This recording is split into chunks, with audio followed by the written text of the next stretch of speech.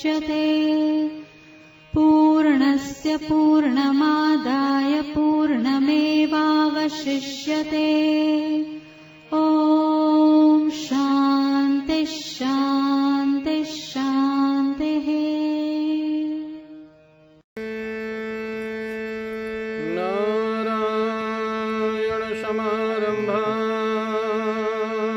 शङ्कराचार्यमध्यमाम् अस्मदाचार्यपर्यन्तां वन्दे गुरुपरम्पराम्।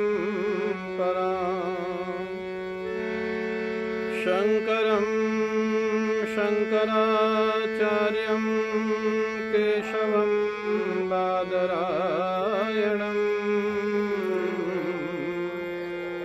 सूत्रभाष्यकृतौ वन्दे भगवन्तौ पुनः पुनः।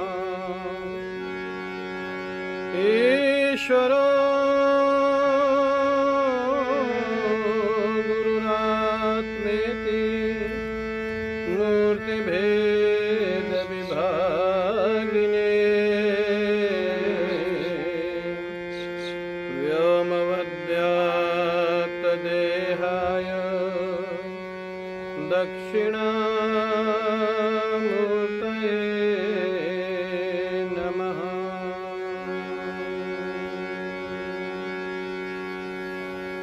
हम सभी लोग एक साथ भगवान नाम संकीर्तन करेंगे।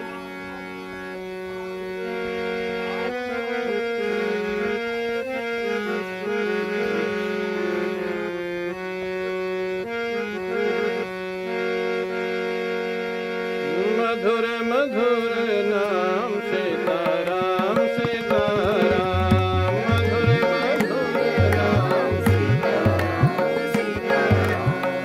मधुर मधुर नाम सीताराम सीताराम। मधुर मधुर नाम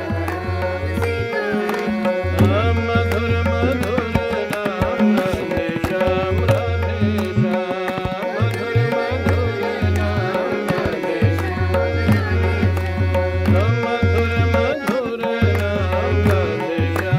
राधे श्याम। मधुर मधुर नाम राधे श्याम। मधुर मधुर नाम सीताराम सीताराम। मधुर मधुर नाम सीताराम सीताराम। मधुर मधुर नाम राधे श्याम राधे श्याम। मधुर मधुर नाम राधे श्याम मधुर मधुर नाम सीताराम सीताराम। मधुर मधुर नाम सीताराम सीताराम। मधुर मधुर नाम राधे श्याम राधे श्याम। मधुर मधुर नाम राधे श्याम राधे श्याम। मधुर मधुर नाम सीताराम सीताराम। मधुर मधुर नाम सीताराम सीताराम। मधुर मधुर नाम राधे श्याम राधे श्याम। मधुर मधुर नाम राधे श्याम राधे श्याम। मधुर मधुर नाम सीताराम सीताराम। मधुर मधुर नाम सीताराम सीताराम। मधुर मधुर नाम राधे श्याम राधे श्याम। मधुर मधुर नाम राधे श्याम राधे श्याम। मधुर मधुर नाम सीताराम सीताराम। मधुर मधुर नाम सीताराम सीताराम।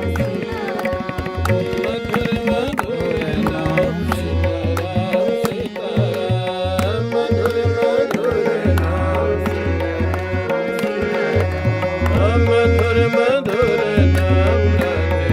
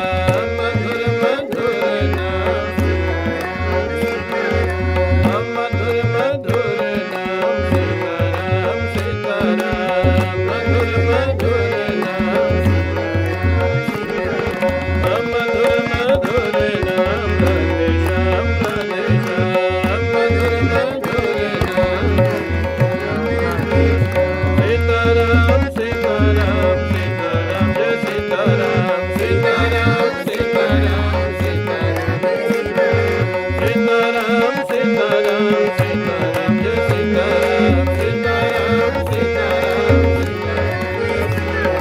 राधे श्याम राधे श्याम राधे श्याम जय राधे श्याम राधे श्याम राधे श्याम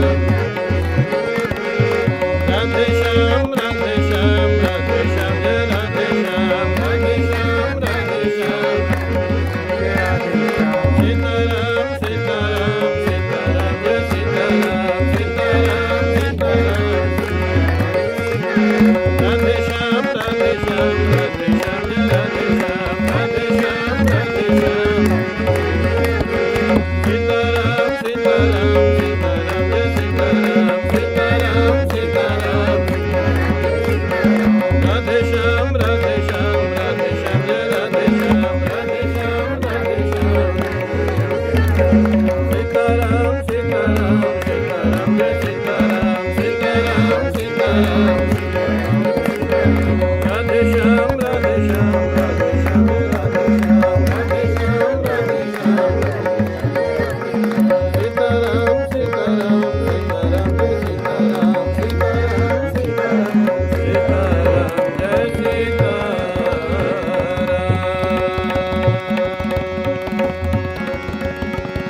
बोलिए सियावर रामचंद्र भगवान की सद्गुरुदेव भगवान की श्री नर्मदा मैया की नमः पार्वती पतये हर हर महादेव।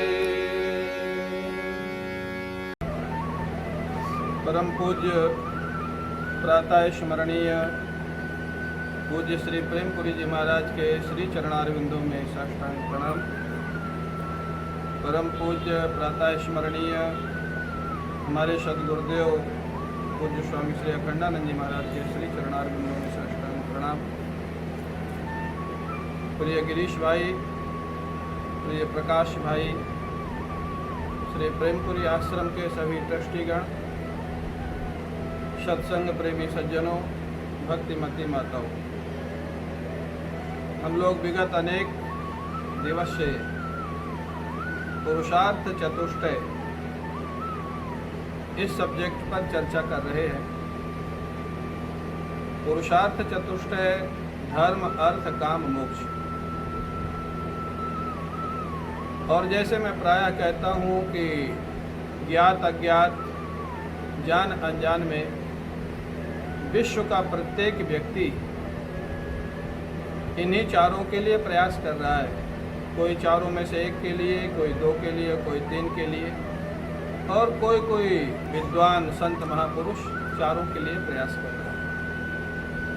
कोई केवल अर्थ के लिए प्रयासरत है, प्रायः ज़्यादा संख्या उन्हीं लोगों की है। कुछ लोग अर्थ के साथ कामना पूर्ति सुख सुविधा बढ़ाने में लगा हुआ है। कुछ लोग उसके साथ साथ गरीबों की सेवा, चैरिटी, परिवार की ड्यूटी, माता पिता की सेवा, जो धर्म है, जो हमारी ड्यूटी है, इसमें लगा हुआ है। और कुछ लोग उसमें भी लगे हुए हैं कि हम कहाँ से आए हैं, कहाँ जाएंगे, हमारे माता पिता कौन हैं, हमारे जन्म देने वाले कौन हैं, हमारा क्या स्वरूप है। तस्त्वं कोहम कुत आयातः कामे जननी को में ताता। मैं कौन हूँ, आप कौन हैं, हमारे माता पिता कौन हैं, हम आए कहाँ से हैं, जाएंगे कहाँ। ये प्रश्न जिन लोगों के हृदय में उठते हैं, उन प्रश्नों के जवाब में मोक्ष पुरुषार्थ का उपदेश किया जाता है। मोक्ष जैसे मैंने बताया, मोक्ष कोई सातवें आसमान की वस्तु नहीं है। मोक्ष माने मुक्त अनुभव करना। मुक्त अनुभव करना माने संसार के द्वंद्वों से, दुख सुख से, हानि लाभ से, संयोग वियोग से, मान अपमान से। क्या आता है क्या जाता है, जैसे सन्यासी का सूत्र है, आगतम स्वागतम कुर्यात् गच्छन्तम न निवारयेत्। आवे उसका स्वागत करो, जाए उसका भी स्वागत करो।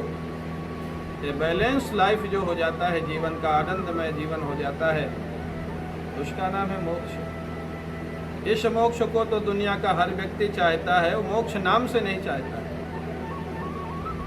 हर व्यक्ति दुनिया का शांति चाहता है, आनंद चाहता है, और पार्ट पार्ट में शांति और आनंद मिले ऐसा नहीं चाहता। हमेशा शांति रहे, हमेशा आनंद रहे, ऐसा चाहता है। उसी हमेशा रहने वाली शांति का नाम, हमेशा रहने वाले आनंद का नाम मोक्ष है। उसी का नाम भगवान है, उसी का नाम परमात्मा है, उसी का नाम आत्म कल्याण है, उसी का नाम भगवान श्री राम है, भगवान कृष्ण है, भगवान शिव है।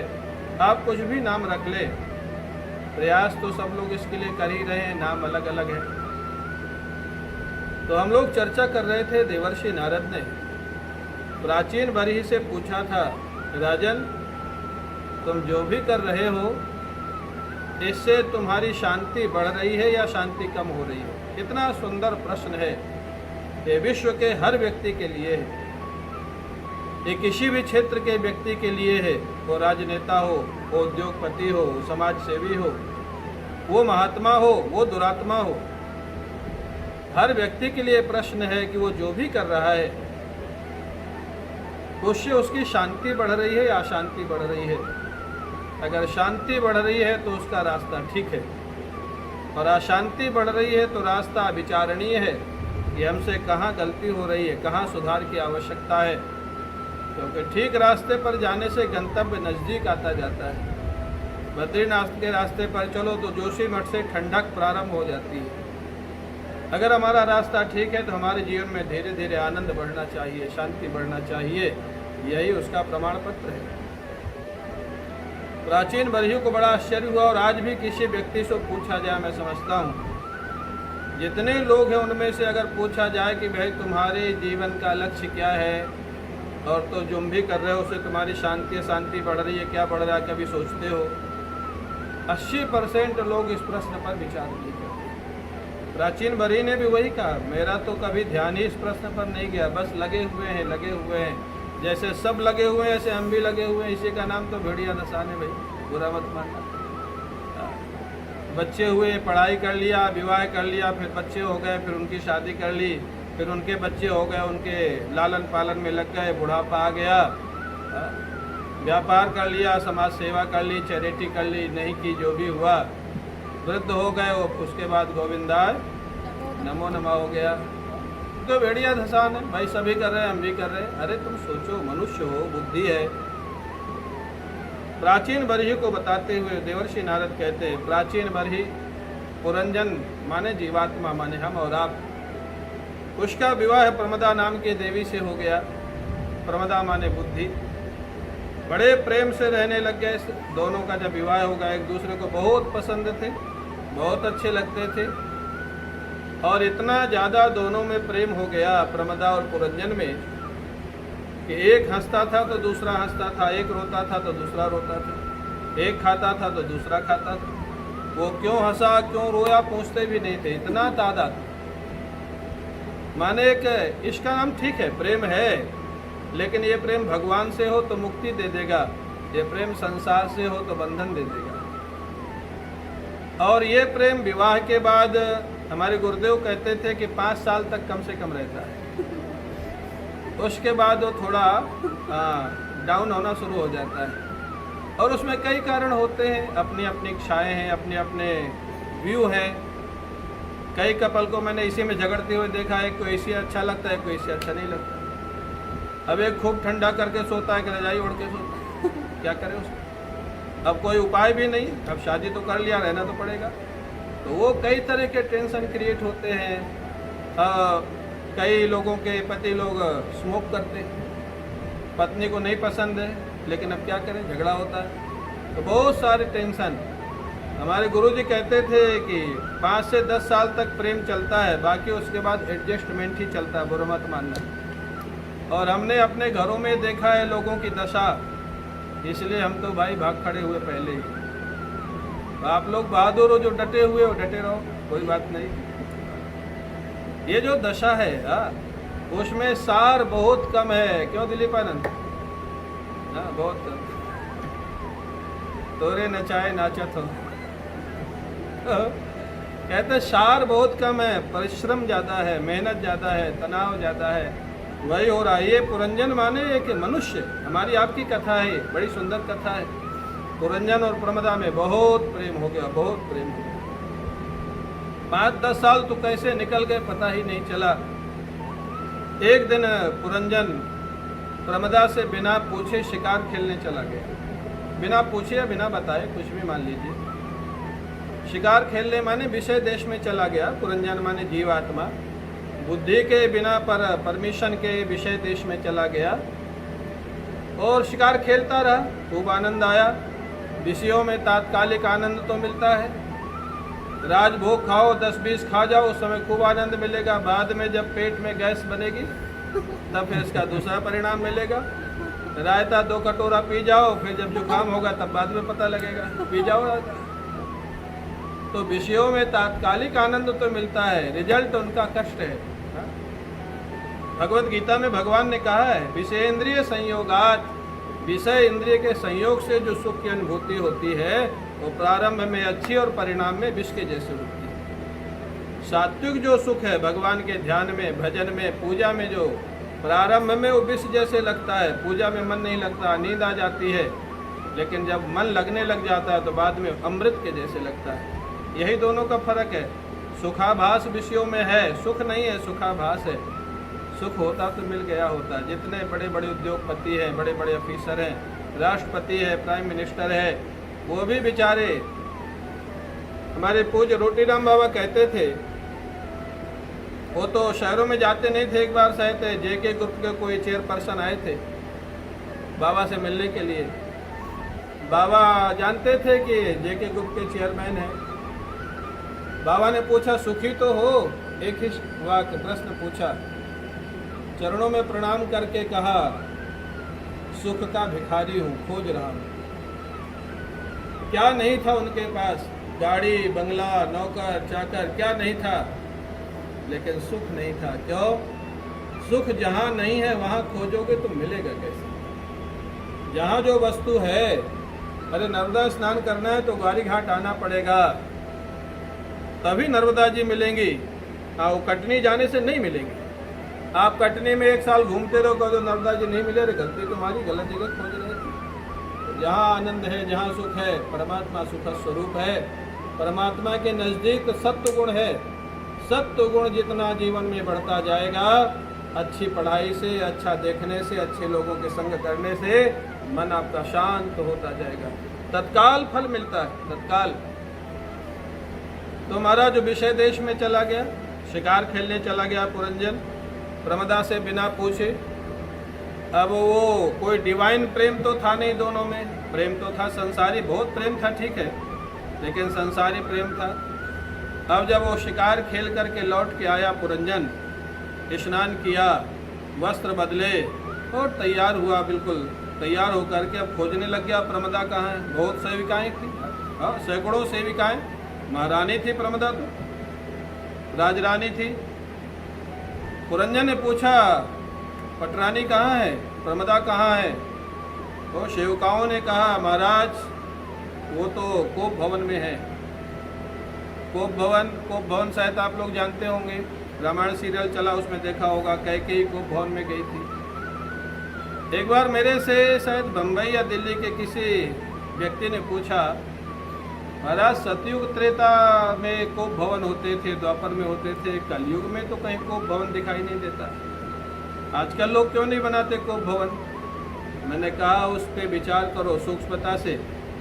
पहले के लोगों में कंट्रोल कितना था।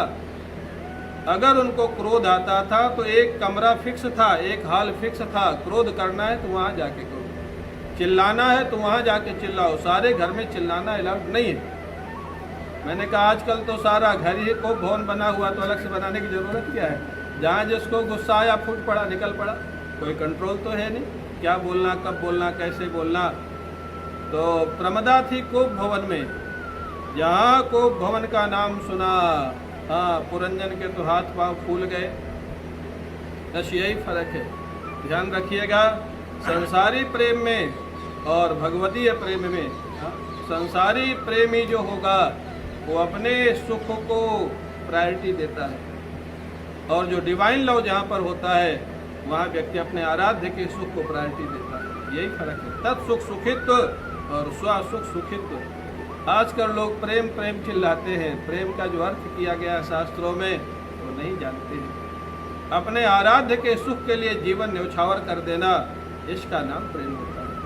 अपने प्रियतम के लिए जीवन न्यौछावर कर देना, इसका नाम प्रेम होता है। कबीरदास जी ने कहा है, कबीरा खड़ा बाजार में लिए लुकाटी हाथ, जो घर फूके आपनो तो चलो हमारे साथ। बोले प्रेम का रास्ता है, भगवत प्रेम का रास्ता है, इसमें अपना घर अपने हाथ से जलाना होता है, अपना मस्तक अपने हाथ से बलिदान करना होता है। लेकिन संसारी प्रेम ऐसा नहीं होता, बुरा मत मानना। और आप लोगों को थोड़ा रहस्य बता दूं जो हमने गुरुओं से सुना है। आप सभी को किसी न किसी के प्रति थोड़ा भ्रांति होगी कि हमसे बहुत प्रेम करता है, जरूर होगी। और वो भ्रांति बनी रहे, अच्छा, उसे में जीवन ठीक चलता है। अगर वो भ्रांति हट गई तो वैराग्य हो जाएगा। तो जिसके प्रति आपको भ्रांति हो कि हमसे बहुत प्रेम करता है, जब तक जीवन ठीक चलाना है तो मत परीक्षण करना। जब अगर आपको लगे कि सच्चाई क्या है तो जानबूझ करके उस व्यक्ति के मन के खिलाफ 4-5 काम कर देना, जानबूझ के। उसके बाद भी वो व्यक्ति आपसे प्रेम करता है कि नहीं करता, इससे पता लग जाएगा उसका वास्तविक प्रेम था या वास्तविक स्वार्थ था। अगर उसके मन के खिलाफ काम होने के बाद भी वो आपकी सेवा करता है, आपसे प्रेम करता है, आपकी देखरेख करता है, उसका नाम होता है प्रेम।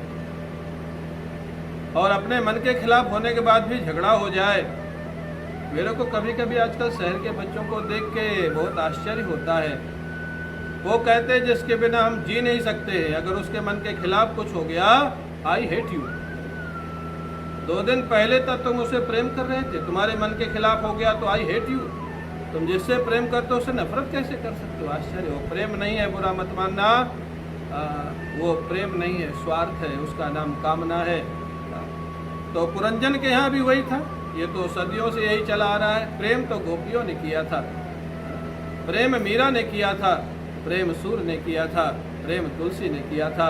कोई जब तक महापुरुष से नहीं मिलेगा प्रेम क्या होता जानेगा ही नहीं और करेगा क्या। महाराज को भवन का नाम सुन करके पुरंजन के तो हाथ पैर फूल गए। वो पहुंच जाते हैं कोप भवन में। पुरंजन स्वमहिषीम निरीक्ष अवधुताम भुवि। स्वमहिषीम अपनी पटरानी को देखा, जमीन पर पड़ी हुई है, बाल बिखरे हुए हैं, आभूषणों को उतार करके फेंक दिया है। तो माताओं में थोड़ा ये सब होता है अभिनय, बुरा मत मानिए कोई माता हमको बुरा मत मानिएगा, ये होता है। बाल खुले, आभूषण फेंक दिया, वस्त्र इधर उधर है, जमीन पे पड़ी है। पुरंजन ने कहा, किसने तुम्हारा अपराध किया उसका नाम बताओ, उसका सिर अलग कर दूंगा। अपराध किसी ने किया हो तब तो बतावे। वो नाराज तो इन्हीं से थी, पुरंजन से ही थी। और क्यों नाराज थी? नाराजगी का एक ही कारण था, हमसे बिना पूछे क्यों। अब भाई बुरा मत मानना, आजकल माताओं के पक्ष में बहुत सारे कानून हैं। पति बता के जाए वो तो ठीक है, लेकिन पति पूछ के जाए ये तो बात हमारी समझ में नहीं आती।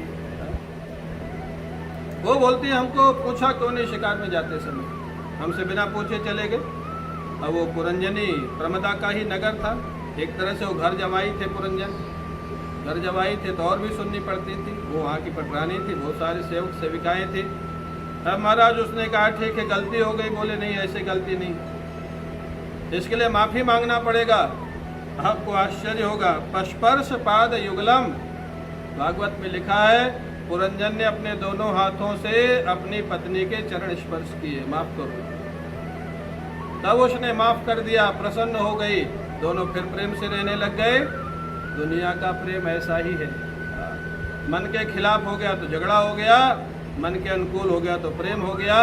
इसी में व्यक्ति वर्ष के वर्ष व्यतीत कर देता है, जीवन के जीवन व्यतीत कर देता है। वृंदावन की एक घटना है, विनोद की घटना है। हमारे गुरुदेव पूज्य स्वामी अखंडानंद जी महाराज वृंदावन में थे, प्रश्नोत्तर चल रहा था। एक ब्रह्मचारी ने पूछा, साधक था ब्रह्मचारी, और वृंदावन की आराधना में आप लोगों को मालूम होगा भगवान कृष्ण श्री राधा रानी की चरण सेवा करते हैं। सेवा कुंज है, वहाँ निधिवन है, वहाँ ऐसा वर्णन है, चरण सेवा करते हैं। तो वो महात्मा को समझ नहीं आ रहा था कि भगवान कृष्ण राधा रानी की चरण सेवा क्यों करते हैं। तो उसने पूछा, महाराज भगवान उनकी चरण सेवा क्यों करते हैं? वहाँ तो लक्ष्मी जी बैकुंठ में भगवान की चरण सेवा करते हैं, यहाँ वो राधा रानी की चरण सेवा करते हैं। तो हमारे गुरु जी तो विलक्षण थे, बाद में थोड़ा उनको आंखों में कैटरेक्ट कम दिखता था, तो ऐसे देखते थे। बोले कौन पूछ रहा है? पहले पूछते थे प्रश्नकर्ता कौन। तो खड़े हो गए महात्मा, बोले अच्छा आप पूछ रहे हो ना, आपका विवाह नहीं हुआ, आपको समझ नहीं आएगा। जो लोग हंसे, बोले विवाह होने के बाद अपने आप समझ में आ जाएगा। जो लोगों की हंसी छूटी, हाँ बोले पैर क्यों छूते हैं भगवान, वो तुमको नहीं सो, तुम महात्मा हो, बाबा जी हो, तुम रहने दो ये प्रश्न। तो अभिप्राय क्या है? फिर महाराज जी ने कहा आज देखो यहाँ की अधिष्ठात्री देवी राधा रानी है, और जो जहाँ की अधिष्ठात्री होती है वास्तव में श्री कृष्ण और राधा दोनों एक ही है, दोनों अलग अलग नहीं है। भगवान भी उनके चरण स्पर्श कर सकते हैं, राधा रानी भगवान के चरण स्पर्श करती हैं, तात्विक दृष्टि से दोनों एक है, दो देह एक प्राण है। इस प्रकार से पुरंजन और प्रमदा वापस पुनः प्रसन्न हो गए और बड़े प्रेम से निवास करने लग गए। अब आगे उनका जीवन कैसा चलता है, बड़ी सुंदर कथा है। और ये कथा कोई पुरंजन और प्रमदा हुए नहीं है, ये पुरंजन माने एक मनुष्य, एक जीवात्मा और उसका परिवार, ये हमारे आपके जीवन की कथा है। तो इसकी चर्चा हम करते रहेंगे। जय श्री राम। महाराज पुरंजन अपनी पटरानी प्रमदा के साथ पुनः बड़े प्रेम से गृहस्थाश्रम में रहने लग जाते हैं, बड़े प्रेम से आपस में रहने लग जाते हैं। और ये घटना सतयुग की है। सतयुग में आयु बहुत लंबी लंबी होती थी, इसलिए आप लोगों को सुनकर के आश्चर्य नहीं होगा, इतने वर्ष तक वो लोग प्रेम से रहे।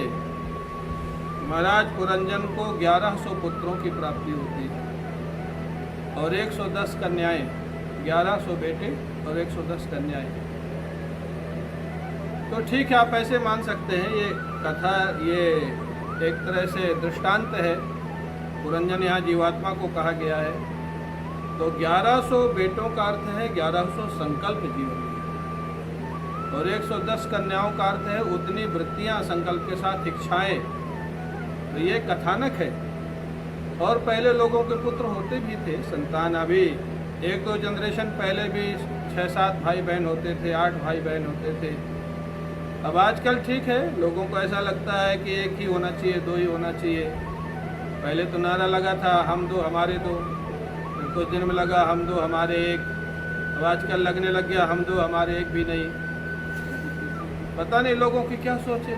वो कहते हैं संभालेगा कौन? अरे 6-6, 7-7 भाई बहन सब हुए, अच्छे से संभल गए, सब एक्टिव है, सब अपने अपने काम में लगे हैं, अपना अपना प्रारब्ध लेके सब आते हैं। ठीक है, ये आप लोगों का विषय है, हमारा विषय नहीं है। इतने उनके पुत्र और पुत्रियां हुई, सबका विवाह इत्यादि किया। धीरे धीरे वृद्धावस्था शरीर का क्षरण प्रारंभ हुआ।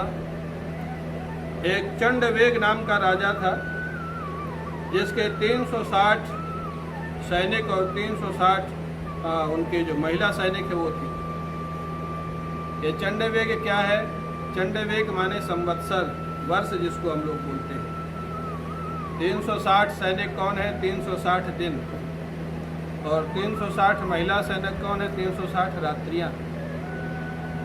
चंडवेग ने देखा महाराज पुरंजन का नगर बहुत सुंदर है। ये भी एक समस्या है दुनिया में। बहुत सुंदर महल हो, बहुत सुंदर नगर हो, बहुत सुंदर गाड़ी हो, इस दुनिया में बहुत ज़्यादा अच्छी चीज़ें रखना भी खतरे से खाली नहीं। लोगों की नज़र लगती है, इसलिए जितने अच्छे लोग हुए बहुत सिंपल जीवन जिया है। वो कहते हैं बाहर की नहीं, अंदर की संपत्ति बढ़ाओ, अंदर की संपत्ति जिसको कोई चुरा नहीं सकता है, जो हमेशा जीवन में साथ देगी। बाहर की संपत्ति सुख कम देती है, तनाव ज़्यादा देती है। बड़ा सुंदर नगर था। चंडवेग ने आक्रमण कर दिया इसके नगर पर। यह आक्रमण क्या है?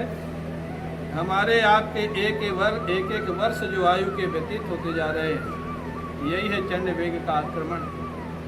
अगर हम 55 साल के हो गए तो ठीक है, लोग जन्मोत्सव मनाते हैं, खुशी मनाते हैं, अच्छी बात है, लेकिन उसमें एक बात का ध्यान और भी रखना चाहिए कि हमारे जीवन के 55 साल निकल गए, समाप्त हो गए, वो वापस आने वाले नहीं हैं। एक एक वर्ष हमारा जीवन काल की ओर जा रहा है। और उसी समय एक काल की बेटी थी जिसका नाम था जरा। जरा जरा माने बुढ़ापा। और महाराज उसने नारद जी से कहा, वो अपने विवाह के लिए वर खोज रही थी, नारद जी से कहा कि तुम हमसे विवाह कर लो। नारद जी ने कहा मैं विवाह नहीं करता और हमारे शरीर में कभी बुढ़ापा नहीं आता, हम तो वैकुंठवासी है। नारद जी को शाप दे दिया, तुम्हारी प्रस्ताव को मना करते हो, जाओ तुम एक जगह पर टिक ही नहीं सकोगे। नारद जी बोले भ्रमण करना मंजूर है, विवाह करना मंजूर नहीं है, इतना खतरा है विवाह में। क्योंकि नारद जी एक बार भोग चुके हैं बिना विवाह के। विश्व मोहिनी के स्वयंवर में नारद जी को बंदर बनना पड़ा था, फिर कितनी आफत हुई थी। नारद जी ने सोचा विवाह के पहले इतनी आफत है तो विवाह के बाद क्या होगा। अब महाराज उसने शाप दे दिया।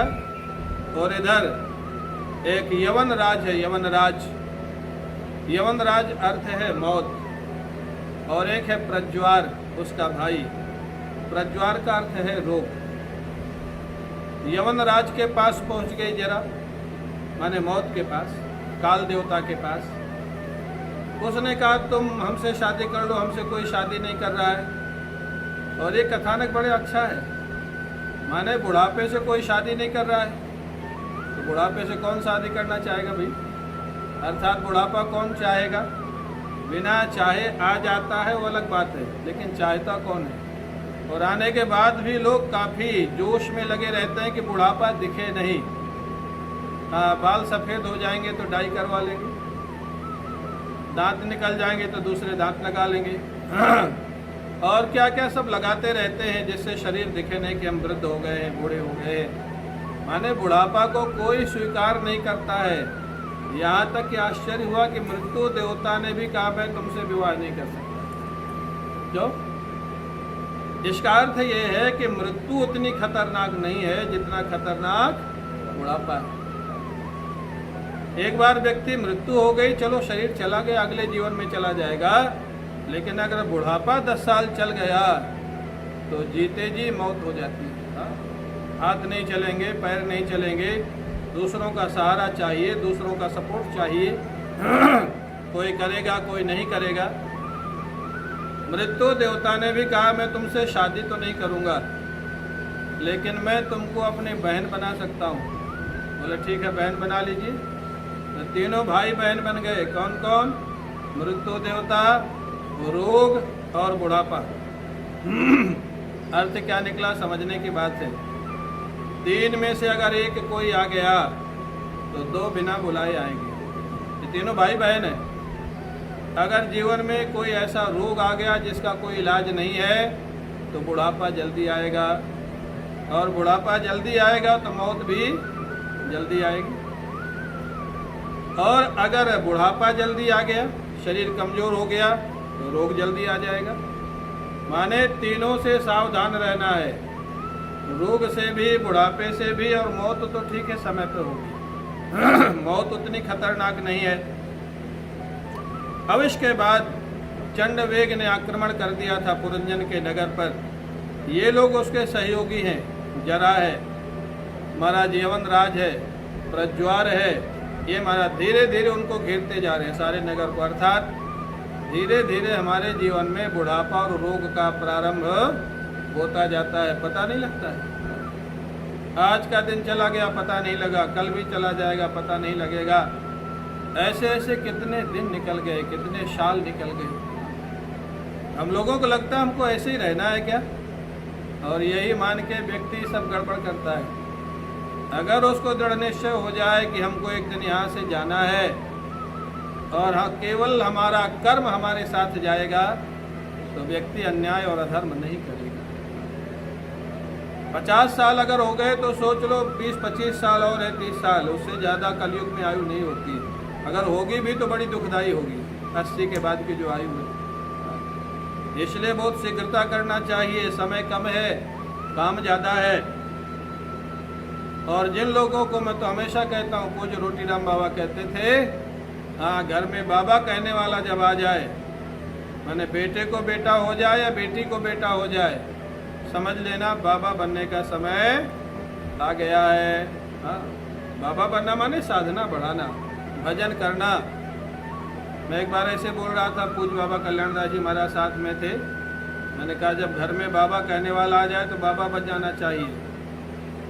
पूज्य बाबा जी बोले फिर भी स्वामी जी लोग बाबा क्यों नहीं बनते जानते हो? मैंने कहा नहीं, क्यों नहीं बनते मालूम नहीं।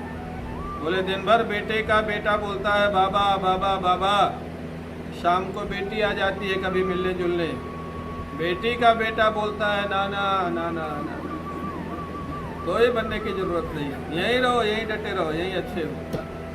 तो विनोद की बात है लेकिन सच्चाई भी है।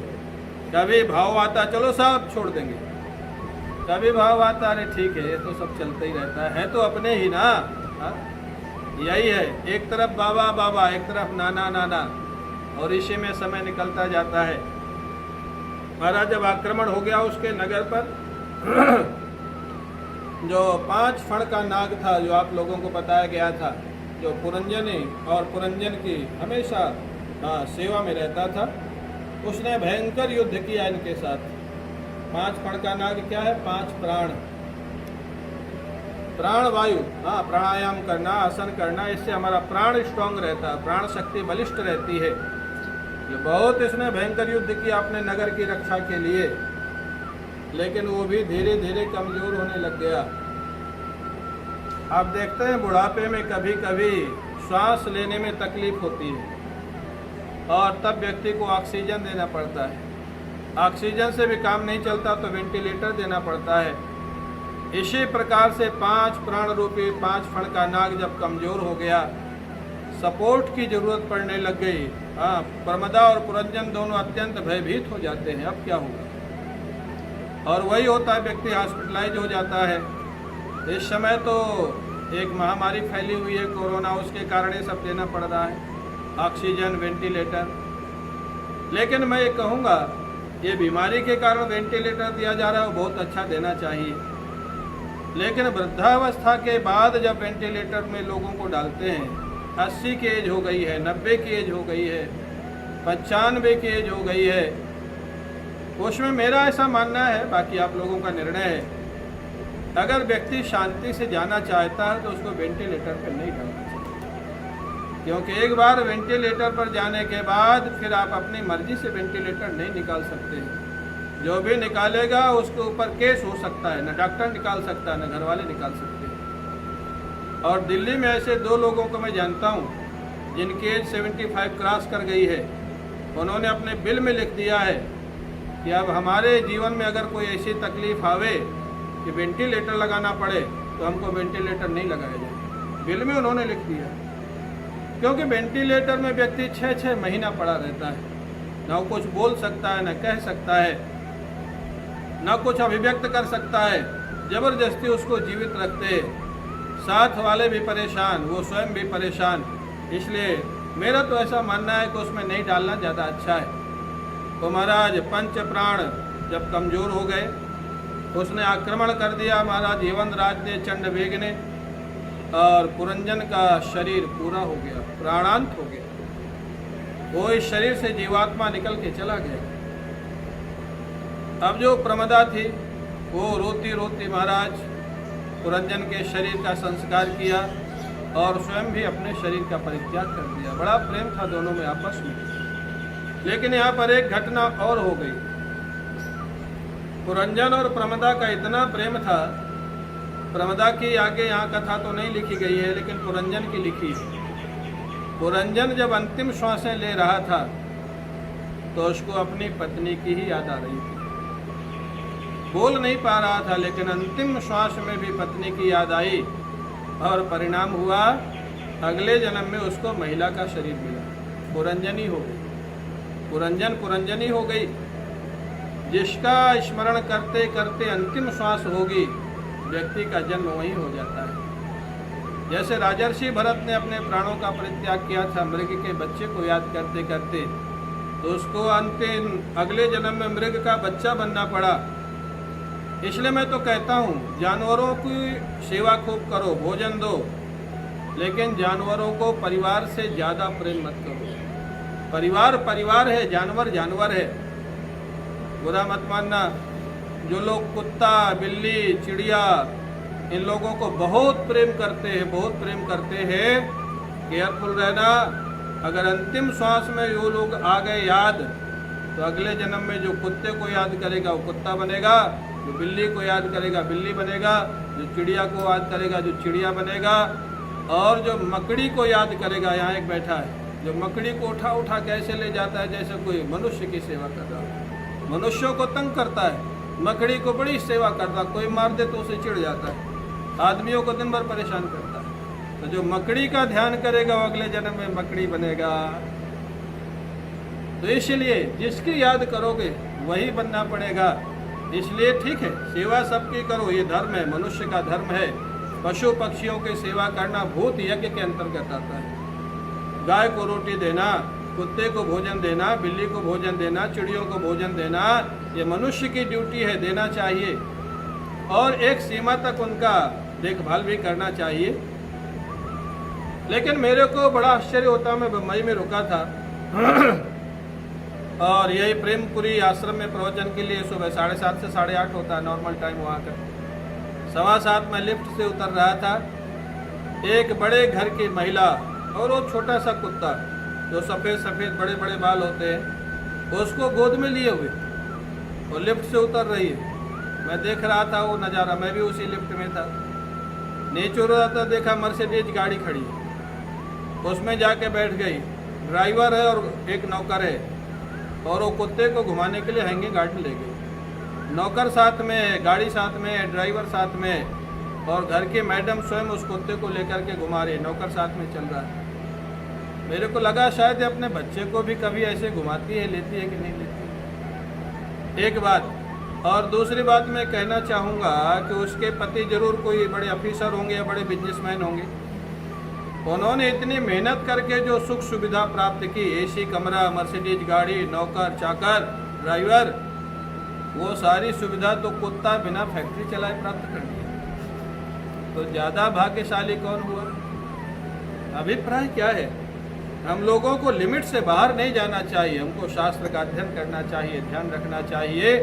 अरे जीवन में फर्स्ट प्रायोरिटी भगवान की रखो, सेकंड प्रायोरिटी माता पिता और पति पत्नी की रखो, उसके बाद बच्चों की रखो, हाँ परिवार की प्रायोरिटी, उसके बाद समाज की प्रायोरिटी, उसके बाद अपने आश्रित जो पशु पक्षी हैं उनकी प्रायोरिटी। ये क्रम है समाज का, हम लोग उस क्रम को भूल जाते।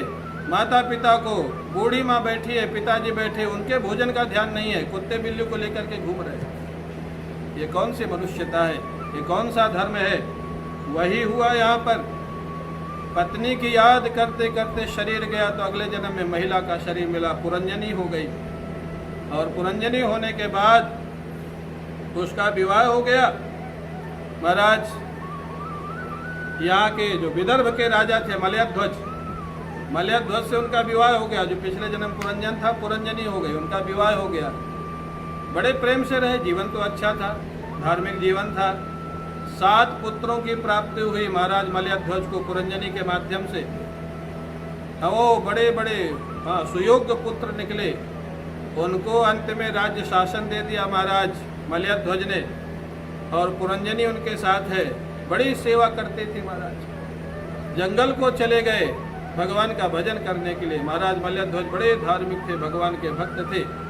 वो भजन कर रहे हैं, साथ में पत्नी भी भजन कर रही है पुरंजनी। और ये शास्त्र में लिखा है, बच्चे जब संभालने लायक हो जाए, काम काज संभाल ले, तो पति पत्नी को अपने जीवन की साधना बढ़ा देनी चाहिए। अपने घर में रह के भजन करें, आश्रम में रह के भजन करें, तीर्थ में रह के भजन करें, जहाँ भजन ठीक से हो सके वहाँ साधना करें।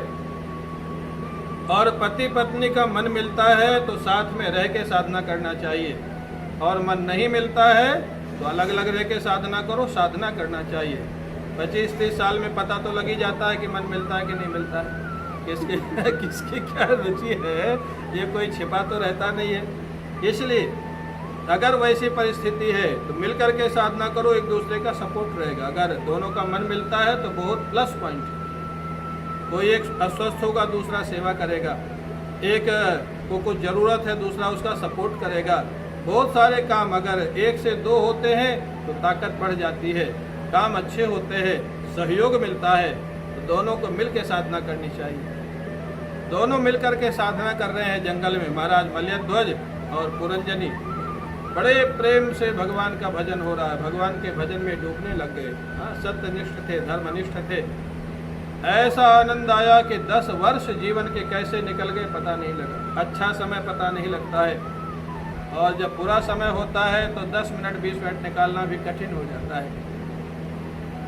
भजन करते करते महाराज मल्यध्वज की आयु पूरी हो जाती है।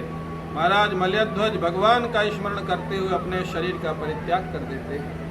पुरंजनी बहुत रुदन करती है, चिता की व्यवस्था करती है, अग्नि लाती है, लकड़ी लाती है, चिता की व्यवस्था करती है। महाराज मल्यध्वज के शरीर को चिता में रखती है, स्वयं साथ में बैठने जा रही है सती होने के लिए। कितना प्रेम था, यहाँ सच्चा प्रेम था। अगर मेरे पति देव इतने धार्मिक हैं, भगवान के भक्त हैं, ये नहीं रहेंगे तो मैं अकेले रह के क्या करूँ, साथ में जाने को तैयार है। उसी समय एक वृद्ध ब्राह्मण आ जाते हैं, ठहरो ठहरो ठहरो। पुरंजनी रुक जाती है। वृद्ध ब्राह्मण कहते, क्वा तुम कस्यास को आयम शयानो यस सोचसी जानासी किम सखायम माम हे नागरे विचचरतः। अरे तू कौन है, ये तेरे कौन है, क्या करने जा रही है, क्या मेरे को पहचानती है तू? पुरंजनी ने कहा, मैं तो नहीं पहचानती, आप कौन हैं? ये तो मेरे पति है, इनका शरीर पूरा हो गया है, मैं इनके साथ सती होने जा रही हूँ। वो भगवान थे जिनको अभिज्ञात सखा जिनको कहा गया था, जो जीव के हमेशा जीवन के लिए हमेशा साथ में रहते हैं। जिन्होंने भगवान ने उसको पूर्व में छोड़ा था कि जल्दी आ जाना, वो फंस गया संसार में, लौट के आने भगवान फिर उसको बताने के लिए आते हैं, मैं ठाकुर हूँ तुम्हारा वही मित्र।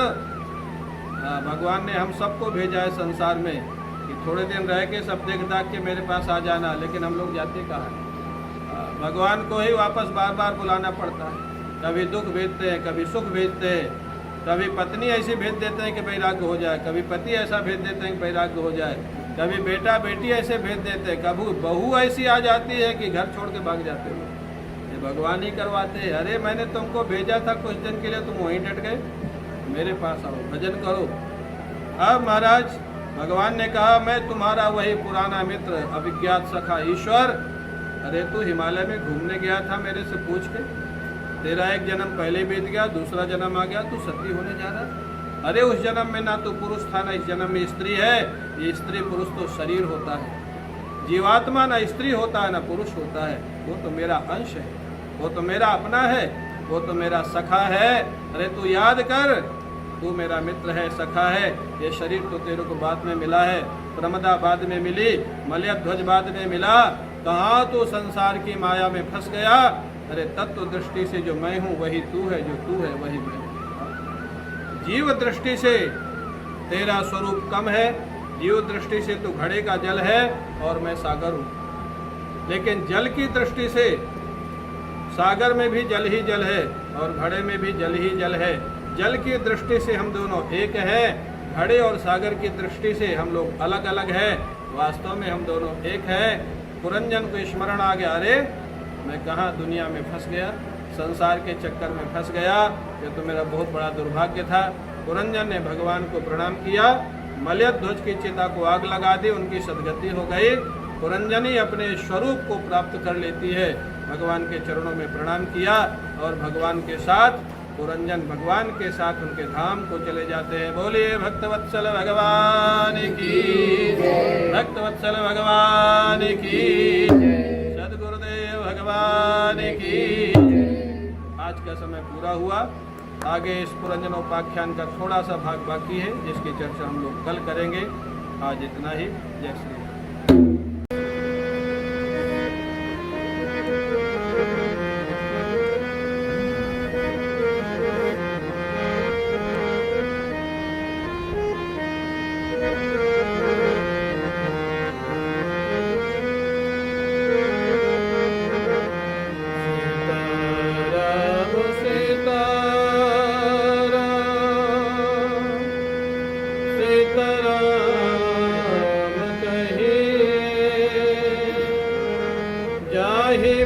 विधि रखेरा वाहि विधि रही सीताराम सीताराम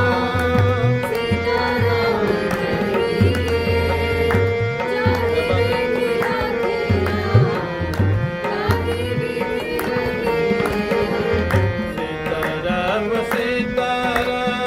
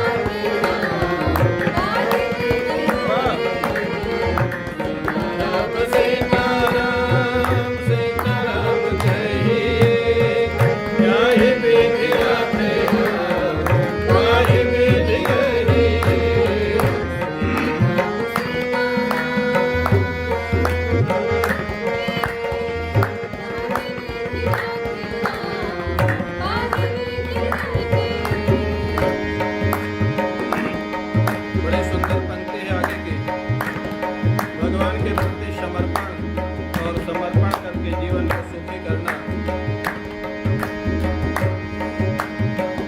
जिंदगी की डोर सो हाथ दीननाथ के, जिंदगी की डोर सो हाथ दीननाथ के। महलों में राखे चाहे झोपड़ी में बास दे, महलों में राखे चाहे झोपड़ी में बास दे।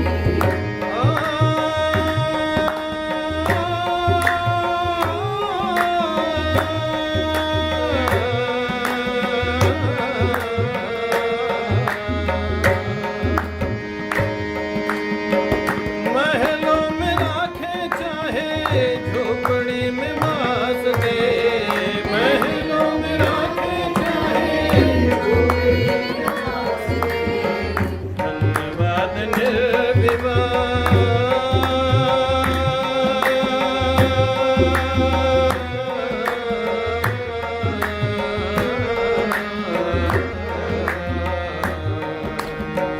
धन्यवाद निर्विवाद, राम राम कहिए। धन्यवाद निर्विवाद, राम राम कहिए। जाहि विधि राखे राम, वाहि विधि रहे। सीताराम सीताराम सीताराम कहिए। बहुत अच्छा।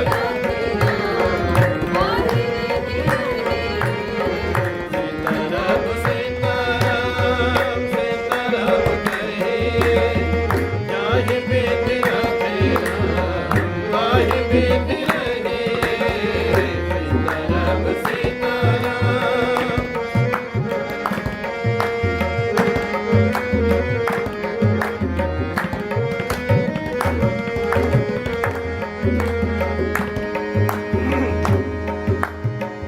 इस भजन की अंतिम पंक्ति और बड़ी सुंदर पंक्ति है आनंद के लिए।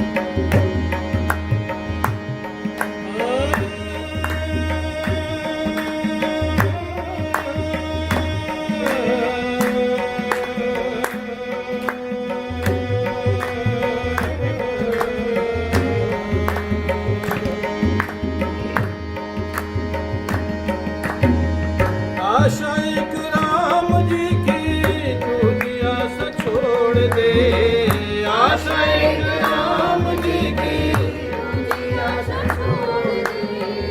नाता एक राम जी से दूजा नाता तोड़ दे, नाता एक राम जी से दूजा नाता तोड़ दे।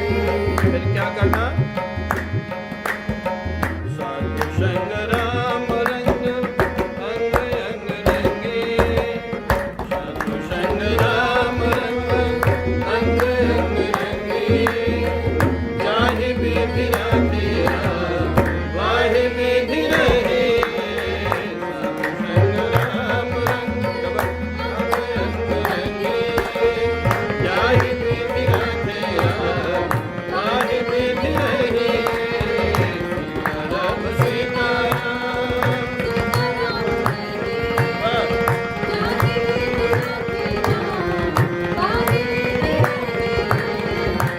सीताराम सीताराम।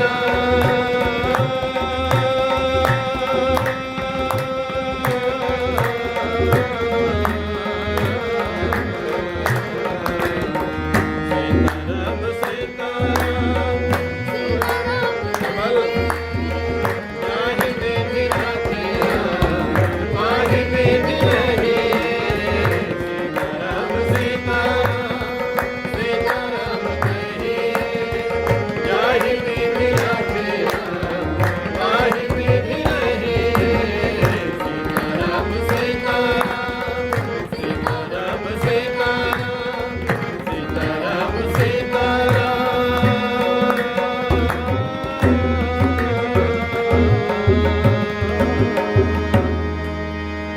बोले श्याम रामचंद्र भगवान की जय। सद्गुरुदेव भगवान की जय। नमः पार्वती पतये हर हर।